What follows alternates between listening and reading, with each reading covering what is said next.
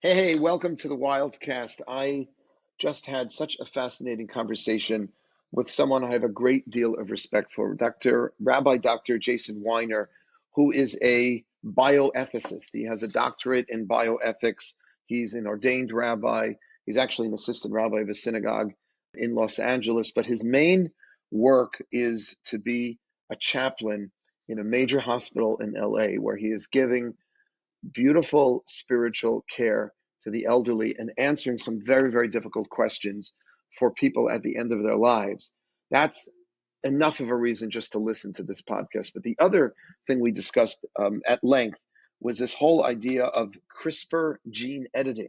Do you know that they can now take embryos and edit out all of the bad genes so that we can create, God forbid, but a master race? Now, that's not the reason people want to do it. People want to do it to be able to remove terrible diseases. There's different types of gene editing going on. Sickle cell anemia has actually been removed, which was terribly affecting the African American community for decades. They removed sickle cell anemia, but there's some downsides with removing it because that was also immunity to malaria.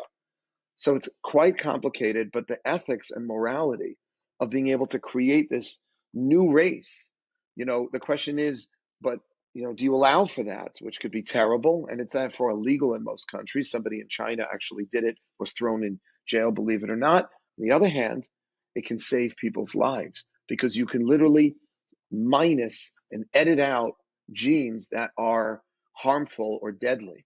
So what do we do? And Rabbi Dr. Jason Weiner is really an expert on medical ethics from a Torah perspective, an ethicist and a bioethicist. Really, really impressive guy. Take a listen. Last thing I want to mention also is that he donated a kidney, and I get into that with him as well. Take a listen. And of course, click here to subscribe.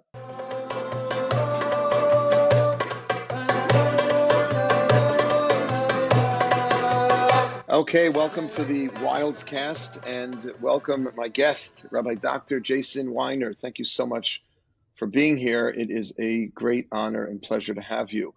For those unfamiliar with who you are and what you do, tell us a little about your upbringing, your educational training, Jewish and otherwise, and also interested what inspired you to get involved in bioethics and spiritual care within the health system. Yeah, thank you. No, thank you for your warm welcome, and it's an honor to be here with you. And I've always been a big fan of you and your incredible work. I never expected to go into bioethics or chaplaincy for that matter. I've always been interested in trying to help people and help make the world a better place, but I never knew exactly how that would manifest itself. I had a little bit of a taste of chaplaincy a number of years ago. My first taste of it when I was living in New York, and what I learned from that was that I did not want to become a chaplain. I didn't really find it that meaningful or inspiring, and I didn't know what my role was. And then I was assistant rabbi at Young Israel Century City here in Los Angeles. Mm-hmm. And the previous rabbi of Cedars-Sinai, where I'm working now, Rabbi Levi Meir, Alav Shalom, had been the rabbi here for 30 years. He was a member of our shul, and unfortunately he got sick. And my boss, Rabbi Muskin, kind of volunteered me, or voluntold me, I guess we could say, to help him out a little bit, and fill in for him. And so I was sort of thrown into it. And I was anxious and nervous about it. I didn't really know what my role would be in the hospital, what I had to offer. But I fell in love with it right away, being on the front lines of life and death, encountering all kinds of people in challenging situations, and trying to be able to help them. And so I then furthered my education, whether that was through CPE, clinical pastoral education, and then also getting a doctorate in clinical bioethics. So I'm just curious, just listening to you tell your story. We'll get into some of the bioethics later, but does it get you down just being around all of that death and illness, hospitals, older people dealing with these kinds of issues? How do you handle that emotionally? Yeah, it's a great question. It's a very good question. And in fact, Rabbi Meir, when he was sick, he was sometimes doing a little bit better, and he would come back to the hospital, and I could ask him some questions. And my first question for him was, how do you do this every day? Don't you find it depressing being around so many sick people, so much illness, death, and suffering? His first answer to me, if you've been to Cedars-Sinai, you'll get this. He said to me, what do you mean? This isn't a hospital. This is an art museum, which our hospital is. But then he said, it's also a hospital. And he said to me a very profound answer. He said, in most of life, the people you meet, they say they're doing well. If you ask someone on the street, hey, how's it going? Everyone says, oh, good. How are you? But in reality, they might be, suffering. They just don't open it up. In the hospital, on the other hand, you walk into a patient's room and say to them, tell me about how things are going today. What are you experiencing? And within seconds, people are opening up about their deepest secrets. People are crying within minutes. He said, in most of the world, people's bodies are healthy, but their souls are not. In the hospital, you often find that people's bodies are sick, but their souls are very healthy. Wow. And so you find it to be a very meaningful place. And then the opportunity to be able to help people and try to be there for them in these times, I find it actually very, very inspiring and very meaningful. I had a little brush with this myself years ago before I started MGE. I was the assistant rabbi on the east side at KJ with Rabbi Lookstein. You should live and be well. And I was in this, I was one of the questions Rabbi Lookstein asked me on my interview, are you a Kohen? Now, when you get that question on an interview, a rabbinic interview, you're going to be spending a lot of time in the cemetery. And I actually found it quite meaningful also. I remember all of my not lapels, what do you call that, in my cuffs in my pants. They all had some dirt from the cemetery. And on the surface also, it was like, I'm just thinking back now, I actually found it quite meaningful, being there for people at that difficult time. So kol hakavod to you, because not everybody can handle that. And I'm sure you have to create a little distance between yourself and the people you're trying to help, because, it can take a toll. A little bit. I remember once I was in the elevator when I first started working here with a bunch of residents, and they seemed like they were very shooken up. And I heard one resident saying to the other one, that's the last time I'll ever get close with a patient again. Another one said, oh yeah, you can't get close with them. And I remember feeling so sad about that. And then thankfully the third one said to them, but we're here to care for them. We're here to help. And I just, that struggle was a struggle that I could relate to. And, you have to have a distance, but you also have to really care and be there for people. Well, if you don't care, I assume it comes across, and you can't really be as helpful to them. I would think so. What are some of the common challenges that you face as a rabbi and as a chaplain, and issues that maybe touch on some of the bioethics that you've been writing about? You wrote a couple of books and a lot of scholarly articles. What do you struggle with there? There's a lot. There's a broad range. One of the big challenges we have, for example, and I've written about this, is, we have a lot of, it's usually end of life issues. That's the most common. And right. Because we have so much technology and such amazing technology, whether it's respirators or ECMO machines or artificial hearts, all kinds of things that can be done to prolong people's lives. And usually prolonging life is a blessing. We all want to live as long as possible. There are situations when it's prolonging suffering, it's prolonging the dying process. We have to start asking ourselves, is this in the person's best interest? And oftentimes, the patient themselves can no longer speak for themselves. So we're having to guess, we assume they want this, but is this really what's good for them? Would they want this? If they could talk right now, would they tell us to keep going, keep pushing? These are some of the dilemmas that we really, really struggle with, because, we're trying to do what's best for people, and we have so much power, and with, as they say, with great power comes great responsibility, right? So it's hard to choose the right thing to do. And you have, I'm sure you have go-to rabbis, mentors, teachers. Who has been a positive help, influence in your work? Yeah, for me personally, I developed a long time ago a relationship with Rav Asher Weiss. He's the posek of Shar Tzedek Medical Center in Yerushalayim, and very prominent posek. And he's come here to speak at our hospital a number of times. And I always go to see him when I'm in Israel. And I found him to be very compassionate, also very aware of the medical issues, which is crucial. He knows what he's talking about, and he knows how to explain things in a way that really makes sense and provide great guidance. Wow. And you've published these books on bioethics, the most recent being Care and Covenant, a Jewish bioethic of responsibility. And in the book, you argue that the Torah can add tremendous wisdom and insights into the whole world of medicine. Can you maybe give us an example or two, a little tease for the book? Sure, thanks.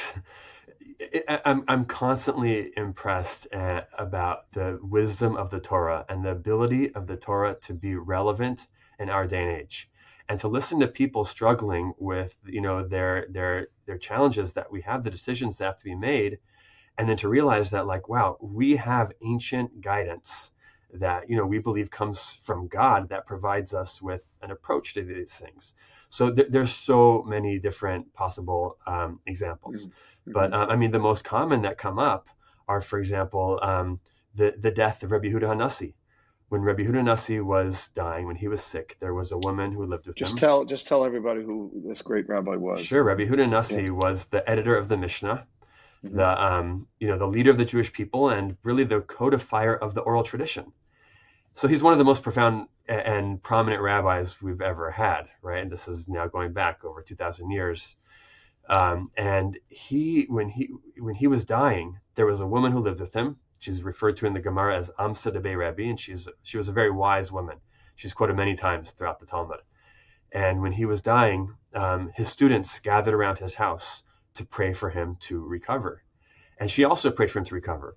But she was in the house and she was witnessing what he was going through. And at a certain point, she realized that recovery was not in his best interest. So she starts to pray for him, actually for God to take him. But she realized that the students' prayers were more powerful than hers because there was dozens of them outside praying intensely. So she goes to the rooftop and they were praying for his, for him to live, for him to recover. Exactly. Yeah. Yes. But she realized that was not in his best interest. So she goes to the rooftop behind them and she smashes a jug down to the ground and it explodes with sound. And it startled them. So they stopped praying. And in that moment that they stopped praying, she continued to pray that God should take his soul. And God did take his soul, meaning she didn't kill him. God forbid, she wouldn't kill him. But she realized that there was a point at which we could allow natural death. And in fact, the rabbis provide us with very specific guidance. And the Ramah, the codifier of the Shulchan Aruch, the Ashkenazi glosses on the Code of Jewish Law, gives us an example of someone who's dying slowly, but they're not dying. And there is a wood chopper outside their house chopping wood. So he says, you cannot move the body to make them die faster. You cannot even remove keys from under their head or the pillow from underneath their head to make them die faster. But you could tell the wood chopper to stop chopping the wood, because that's external and that's allowing natural death, not causing. It's withholding further treatment, but it's not withdrawing. And from these stories, there's many, many more. But just as an example, just excuse my ignorance. The chopping Sure. of the wood, is what was it? The chopping the wood was somehow helping the person stay alive longer. Yeah, somehow we don't totally understand how, but the rabbis assumed that the wood chopping, either the noise of the wood chopping or the rhythm, something about it was keeping the person alive and not allowing them to die. And so the big debate is like, well, what's the respirator? Is the respirator the pillow under the head, or is it the wood chopper? Various interventions we debate, but we have sources for this, which is amazing because the rabbis probably could never have imagined the technology we have, but they gave us the principles by which we can make these decisions. Wow. And I'm curious, in other, you're following Jewish tradition here. What do other chaplains, not everyone is a religious chaplain, I assume, in these hospitals. Right. What are they following? Is there any kind of code of ethics, and is that changing? I heard somebody speak, was once at the Jewish Center at a third meal, and she was asked, and she was very, honest and transparent, that the principles are changing every 10, 20 years as to how they handle, because not everybody has, a system that they follow like we do. What do other people do in your position that are not, let's say, religiously based? Yeah, it's a good question. They take an approach to ethics that they call the narrative approach, which is, let me try to uncover the narrative of this person, who they are, what's meaningful to them, what their goals and values and preferences are, and kind of try to figure out what's right for them. The problem is that, as you've articulated, is that it's not always clear what's right for them. There's lots of difficult options. And I love the Jewish approach because it gives us specific principles, and one can feel a sense of like, I've been guided by my tradition, I've been guided by God, and it really mitigates a lot of the guilt and the anguish that people feel afterwards, because I feel like, you know what, I have specific guidance. So it's really helpful. Yeah, because I can imagine somebody in that kind of situation feeling awful about making the wrong decision because they're making it themselves as opposed to basing it on some higher value that's beyond them. Right. So that's a tremendous tool that you have. The journal, the Jewish Journal of LA, of Los Angeles, published this amazing article on how you donated your kidney. So first of all, kol hakavod to you. That's incredible. Can you share that story? Sure. I never expected to be a kidney donor, just like I never expected to be a chaplain. I mean, I guess these are life lessons, right? We end up places sometimes where we didn't expect to be. But I mean, as we're discussing, Jewish bioethics and things like that, I've always been interested in it. As you mentioned, I've written books about it. I speak about these topics, and I've always praised organ donation as a beautiful mitzvah, a wonderful life-saving thing. Whenever people donate organs and are here in our hospital, I always go to visit them and praise them. And I always thought it was a good thing. I just personally never thought I would do it. I never expected to do it or really wanted to. Then a friend of mine here in Los Angeles needed a kidney, and they did a drive, swabbing drive, Renewal. The organization Renewal did a swabbing drive to see if we could find a match. And I thought, I'm always praising it and speaking about it. In fact, I helped Renewal get into my hospital to help patients here. So I thought, like, I'm connected to them and I'm involved with this topic. I should go to show my support. And while I was there, people lined up to swab, and I wasn't going to swab, and I sort of had to feel like, a hypocrite.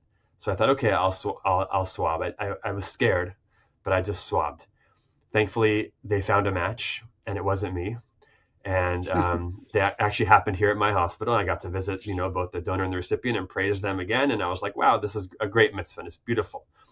And then 2 years later, I got a call from Renewal. Right here in my office, I can remember the moment. It's one of those life-defining moments where I was shocked to find out that I was a match. And not only was I a match, but there's a woman in Canada who was ranked 100. What that means is that everyone gets a ranking based on their antibodies. So let's say someone's a 70. That means 70% of people will not be a match for them. Mm-hmm. She was a 100, meaning 100% of people will not match her. She had very unique antibodies. She'd been looking for 3 years and could not find anyone, and without it, she'll die. And they tell me, it's amazing, but you're a perfect match. We didn't think we'd find anyone. But no pressure, there's no pressure, and you do what you think is right. But I felt like, wow, first of all, it's hard to say no when I've been praising, I believe in it. So I went through a whole process. First I called my wife. Obviously, I called her first. I called her, we were talking. I said, by the way, I just found out that I'm a match for a kidney donor. Let's discuss tonight. She says, whoa. This is not an, oh, by the way, conversation. Like, this is a big deal. And then I called Rav Weiss.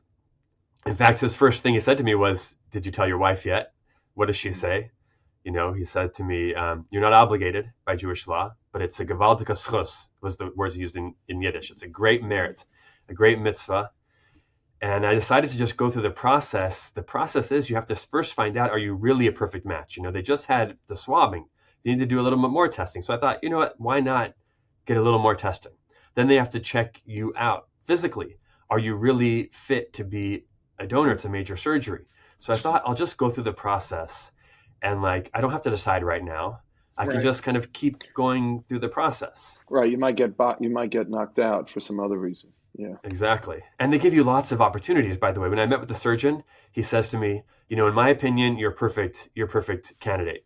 But I'm willing to say you're not. It's just me and you here right now. No one will know. So just let me know. I'll say I don't accept him. And you can get out of it without anyone knowing, and you don't have to feel bad. Wow. Of course, I would have felt bad personally, but no one would know. And you knew the woman? I didn't know her. She was a Jewish woman in Canada, not an Orthodox woman, 72 years old. So all these were factors that I asked Rav Weiss when I called him. And he said, "This is life-saving. This is a beautiful thing. If you can do it, it's amazing. And I encourage you, but I will not tell you you're obligated. You do what you think. If you and your wife have to decide amongst yourselves." I spoke to a rabbi here in Los Angeles who said, I think you'll always be proud of yourself if you do it. And I think you'll always deep down inside feel a little bit bad about yourself if you don't. And I think he was Interesting. right in a way, because I think about it every day since then. It's become one of the most meaningful things. It's only been 4 months. Thank God I feel great. Oh, I'm wow. back to normal now. I feel totally myself, and I feel it feels really good. Like I feel like I really put my kidney where my mouth is, so to speak. Lived up to my values, and I feel like happy that I did it. Kol hakavod. It's a tremendous Kiddush Hashem, amazing sanctification of Hashem's name, and like, wow, wow. Um, I actually read something very interesting that Orthodox Jews make up about 18% of the living kidney donors in the United States, despite the fact that we're 0.2% of the population. So you're in that statistic, you realize. But what do you have to say about that? It's pretty interesting. It is an amazing thing. I mean, there have been people who have accused Orthodox Jews of being insular or not caring about others or being selfish. And when we see the reality, we know if you live in an Orthodox community, you see the amount of chesed, of kindness, of giving, of embracing of people. And this is just a statistic that demonstrates that, because we know that basically very few people donate a kidney to a stranger, but the idea is that we feel that like this is family. We're not just donating to a stranger. Like we feel that we're part of the Jewish family. We want to help save a life, and the truth is, renewal will help anyone who comes to them, Jewish or not. But there is a sense of caring for one's community that and goes beyond border boundaries of specifically Orthodox, as I mentioned before. And this is a way that Orthodox Jews express their desire to give back and to help people Yeah, and to save lives. yeah, and it's important to know the language of the study was living altruistic kidney donors, meaning these are not kidney donors that like of a brother or sister or some Exactly. it's just like what you just did, someone you don't even know. So Right. 18% is pretty unbelievable. Tell us a little about this CRISPR gene editing. I know little or nothing about this, but it seems something very, very interesting in the moral dilemma surrounding it. Tell us a little. Sure. Yeah. So in my role in the hospital, our hospital is an academic medical center, and I just find the things that are happening in the world of academic medicine and research and kind of anticipatory medicine, meaning what we're anticipating coming down the pike, just so fascinating that I oftentimes will attend the lectures or the rounds with the doctors here to find out what's happening. And one of the things I've been hearing about a lot lately, even though it's not in the news so much these days, but it's coming, is CRISPR gene editing, which is that this Dr. Jennifer Doudna in Berkeley discovered just in 2012, this is how new it is, that there are some bacteria in nature that the way they fight viruses is by learning the DNA codes of those viruses. And then when they're attacked by those viruses, they actually learn how to insert themselves into the DNA and cut up the DNA and remove the harmful parts of the DNA so that that Whoa, virus no longer can harm the bacteria. It's really an amazing thing that's found in nature. wow. And what she figured out was if this happens in some bacteria in the world, it's rare, but it does happen.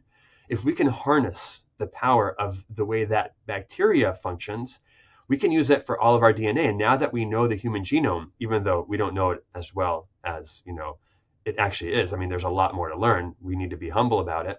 But now that we're learning about our genome and the function of our DNA, she realized if we can start cutting up our DNA and cutting and replacing, we can actually transform humanity.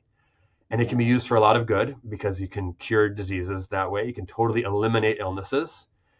And obviously, there's a lot of risks because you can totally transform humanity. I mean, imagine militaries could start creating, 10 feet people with bulletproof skin and X-ray vision who can, who are crazy like soldiers and like kind of do all kinds Yeah, of sort of things. I mean, it's really a big risk, create a new race. Wow. right? So interesting. It's happening at the same time that AI is exploding, Yes, because this is really within the genome, you said, within our DNA, being able to manipulate. I mean, you could cure cancer. I mean, it's yes, unbelievable. right. At the same time, you could create a superior race of a breed of people, which Right. could be have some interesting ethical dilemmas. Is there any? I mean, how advanced is this? This is fairly recent, 2012. You're Well, saying? what's fascinating is that it's invented in 2012, and there was already babies born that had been CRISPR'd, which is not the technical term, Whoa. but in Hmm. 2018. Now, the person who did that in China was in a rogue lab. He was actually put in jail for doing it. It's technically Whoa. illegal, but that just shows how fast it's moving. That in just those It's six, 7 years, illegal. It's illegal in the United States too. yeah, to do what's called germline gene editing. What we're doing already commonly is somatic gene line editing, which means adults. So, like for example, sickle cell anemia is basically cured now. Not everyone's aware of I'm this, just, by but the way, if I look down, I'm taking notes. I just wrote sure. germline gene editing versus somatic line gene Yeah. editing. Okay. So the difference is that germline is when you take like an embryo or a sperm cell or something, very early on, and you actually change its DNA, and then when it's born, it's a different creature, so to speak. It can be totally, its DNA is changed, and that's inherited by its offspring. So it's permanent. Somatic is where they can actually do like a dialysis type of procedure where one's blood is removed, edited, and then put back in their body, and then it only impacts that person, not their offspring. So it's not as permanent. So sickle cell anemia is an example where that's basically been cured by gene editing. But as an example, just to use that example, just to show a taste of the ethical dilemmas, is that they discovered that sickle cell anemia, which is primarily experienced amongst people of African descent, it turns out that people who had sickle cell anemia also had immunity to malaria. Now, so they cured sickle cell anemia, and now these people are no longer immune to malaria. Okay, you could say no big deal because they don't. Let's say they don't live in Africa anymore, or we have treatments for malaria. But what it goes to show you is that our genes function in multiple ways that we're not always aware of. So we start editing one gene, and we don't realize that it actually changed other aspects of us. So that just shows the risks involved with this. Well, but getting off the medical part and onto the moral legal issue. Sure. I'm curious. So germline gene editing, where you take an embryo and you start changing the DNA, you're saying is illegal in most countries? Right now, it's illegal because, I mean, and there's been an agreement amongst the researchers not to go that far because it's so risky. And by the way, like Because this it's doctor, so yeah, risky. It's so risky because of the example you gave with sickle cell anemia, because you get rid of one thing, but now you lose the exactly. immunity for That's a something minor else. example. I mean, imagine we start changing people and then we don't learn for 50 years in the ways in which this has totally undermined humanity. We're not ready yet. The idea is that this is so new that it's too risky to start changing people's DNA. Even though, if I'm going to just play devil's advocate, even Yeah, though you're saying sickle cell anemia has been cured because of this, yeah. This and is so now the even treatment. though that's the treatment for it, Yeah, but it's it's new, not it's but it's but it's not done. In other words, to remove sickle cell anemia, it's not being done like in a somatic way, like editing once the person is alive. It only affects them, not their offspring. The only way to do that is through the germline gene editing. You're no, with saying, sickle cell anemia, it's being done for adults. That is somatic. That's why oh, it's been oh, approved. oh, oh, That's why oh, it's oh. happening. Okay, I understand. Yeah, if they But wanted what to what prevent one's offspring from having sickle cell anemia and to completely eliminate it, they would have to do that with germline gene editing, which is uh, not happening yet, um, even though it could be. They have the technology. is there a disease today that can be healed, rectified, removed through germline gene editing and not through somatic line gene editing? Yeah, a lot. I mean, most diseases. In fact, those babies that were born in China that were edited, they were edited to become immune to HIV. The Whoa. researcher felt that the best way he could get participants was he would tell people who are married with HIV, which apparently there's a community of them in China that are very ostracized. He said, if you want to have children who are healthy, come to my lab. He didn't tell them how he was going to do it. And then he told them in the lab, and 3 people went through with it, and now they are immune to HIV because he's changed them at the cellular level. I mean, that's hard to argue that it's immoral. Right. And this You Dr. know, Dowdna, by the way, she says that at her lectures, people line up, even when they're not public lectures. And she has people lining up, begging to her, crying to her, saying that we have inherited diseases in our family. We want to have children. We know that you have the tools to cure our family and all of humanity of these illnesses. Please cure us. And she has to find a way to say, I want to and I want to help, but we're not ready yet. It's How too do you risky feel right about now. how do you feel about this, I Jason? I Are you agree on the one hand, and in fact, I'll tell you what Rabbi Weiner told me, because it was a fascinating response he told me. I think on the one hand, we have the example of King Hezekiah, Chizkiyahu HaMelech. The rabbis say that he had a book called Sefer Refuot. He had a book of cures. The book had all the cures, the herbs and everything, that every illness you could be cured. And he realized people were not praying to Hashem anymore because they had this book of healing. And he actually got rid of it. He hid it away. And the rabbis praised him for it, because he said, you know what? Sometimes just because you can do something does not mean that you should do something, right? There's risks, and that was an unintended consequence. Even though he could still cure them, he just felt that they lost the humility. And there's this risk of like, how fast should we be developing? And so on the one hand, we talked about organ donation. The first rabbis that wrote about this in the 1960s, there were some great rabbis that wrote about this. They were talking about what I did, about living kidney donation, and they discouraged it. They didn't say it's forbidden, but they discouraged it because they said, we're not sure yet. We've heard of people who have died as a result, and it was the 60s. It was brand new. Right. Then in the 80s, rabbis started writing, actually, we see now it's working. It's helpful. People are living and it's saving lives, so it's good. And then more recent years, it became not just good, it became like a great mitzvah. And so it took time. And so you see that there's like a value in kind of gradually, we want to improve, we want to embrace technology, but the question is how quickly. I asked Rav Asher Weiss just a few weeks ago, I asked him, what do you think? How fast should we be advancing? He said, I think we should be advancing when the goal is to save lives. We should advance as quickly as possible, which I thought was a fascinating answer. Not all rabbis would say that. Some would say, be very, very cautious. He said as quickly as possible, but like an ambulance driver. What does that mean? If someone's driving an ambulance, you hear that someone had a heart attack, God forbid, or 10 blocks away. You're driving the ambulance. You want to get there as fast as possible to save their life. They're waiting for you. On the other hand, if you just drive recklessly on the wrong side of the road, on the sidewalk, whatever, you're going to crash and you're not going to make it there. So he said you have to go as quickly as possible, but with caution, with enough caution to make sure you don't crash along the way. If CRISPR gene editing is the cure of the future, the intervention of the future, which it might be, if we start doing it right now and then things start happening that people are suffering as a result because we made mistakes as we went too quickly, everyone's going to say, oh, well, this is crazy. This is horrible. We have to stop it. So we're probably better off in the long run if we move forward cautiously than if we rush into it and cause all kinds of unintended consequences, and especially allow bad actors, so to speak, to misuse it and abuse it. Wow. That's massive. If anyone listening to this wants to do more reading on this, what do you recommend? Well, on CRISPR, there's a great book called Code Breaker by Walter Isaacson, which tells the whole story of Dr. Doudna and also a lot of the ethical issues.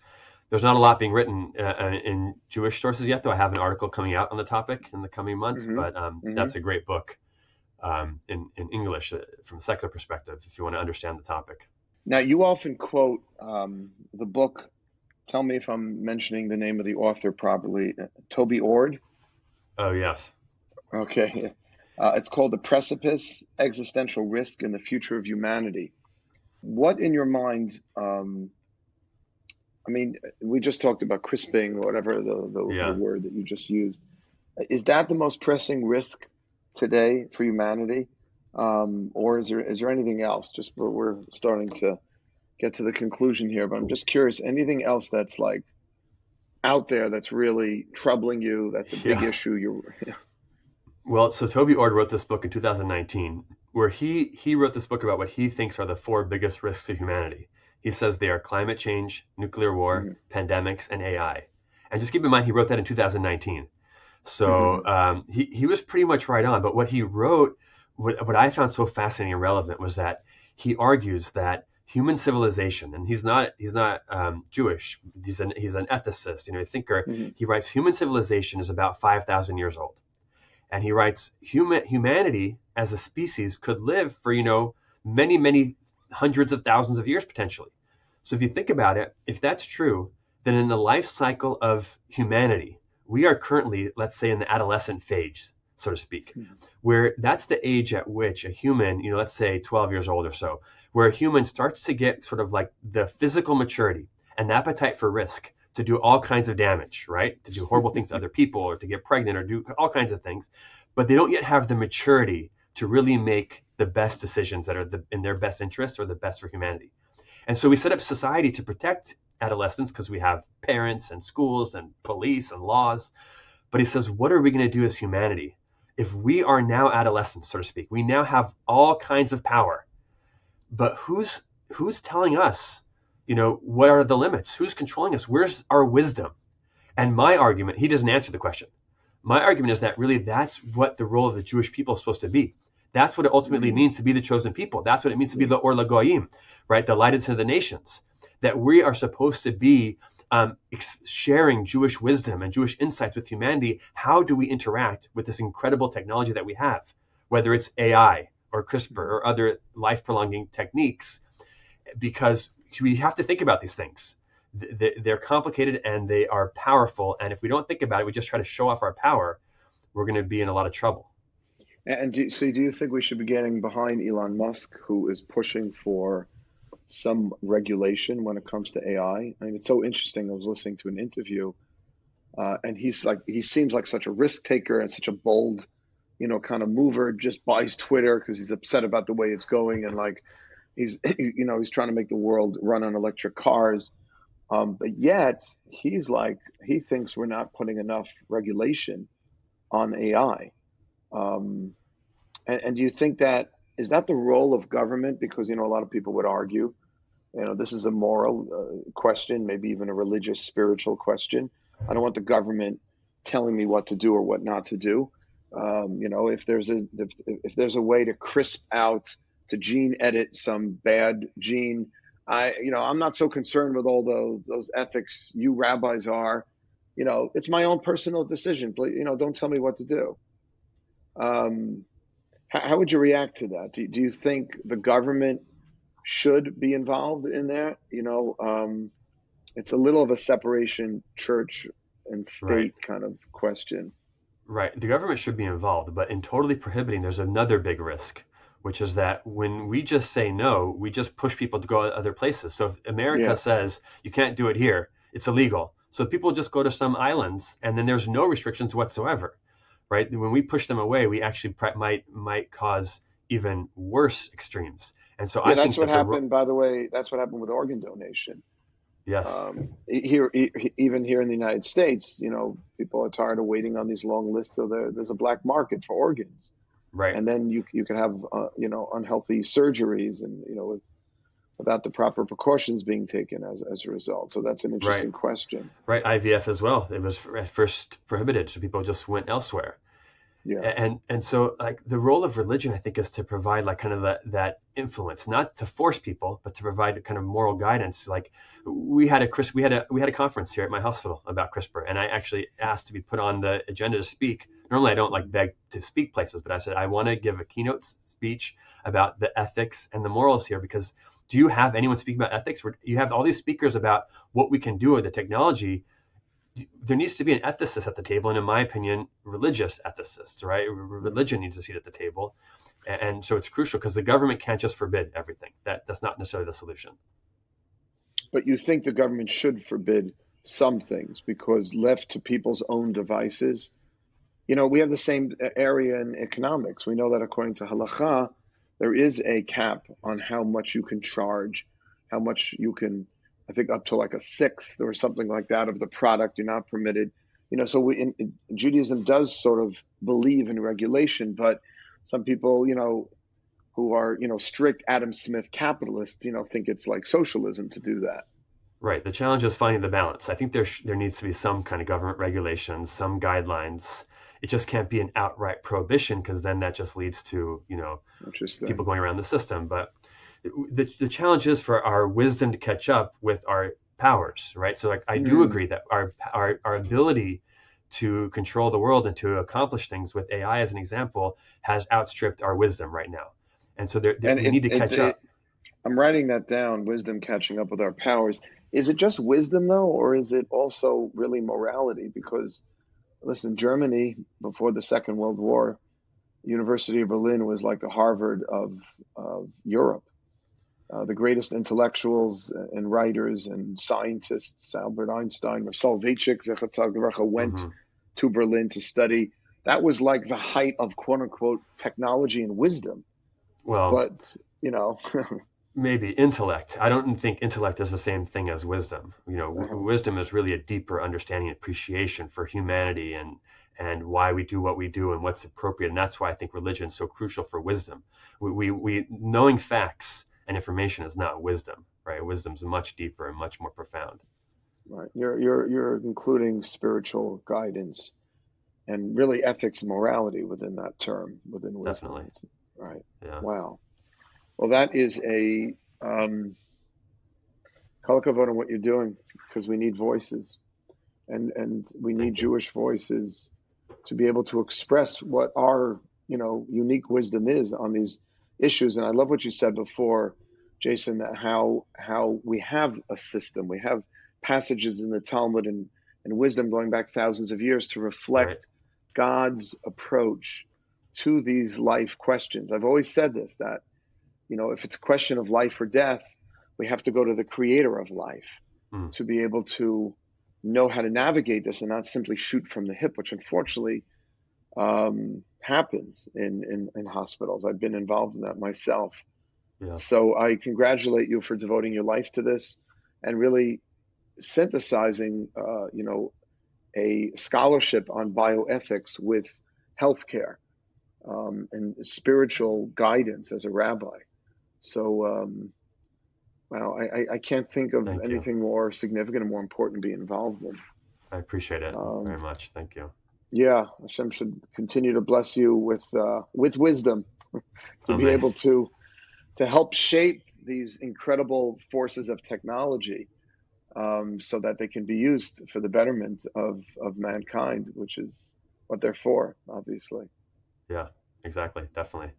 I appreciate it. Thank you. And thank God we have such a great tradition and we have great rabbis to lead us and guide us and hopefully should bring us to, better days. If anybody wants to follow you a little more, besides getting any one of your books, just so you know, Rabbi Weiner is also the rabbi of Knesset Israel Synagogue of Beverlywood. You're a busy man. And he wrote 3 books: Care and Covenant, Jewish Bioethic of Responsibility, Jewish Guide to Practical Medical Decision Making, and a Guide to Observance of Jewish Law in a Hospital. That was published by our good friend Alec Goldstein, who brought us together, Yeah. Kodesh Press. So anybody wants to get any of Rabbi Dr. Weiner's books, check out his articles. If you have questions, you can. How can people follow you there?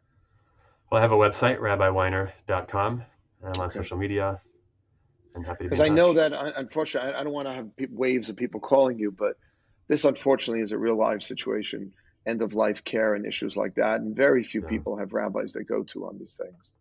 Well, I'm more than happy to help in So any way that I can for anyone. appreciate that. Thank you. Thank you so Yeah. much. And thank you for your time. Thanks for coming on the Wildscast. This was Thank awesome. you for all that you You do. should It's my go pleasure. strength to strength. L'chail, l'chail.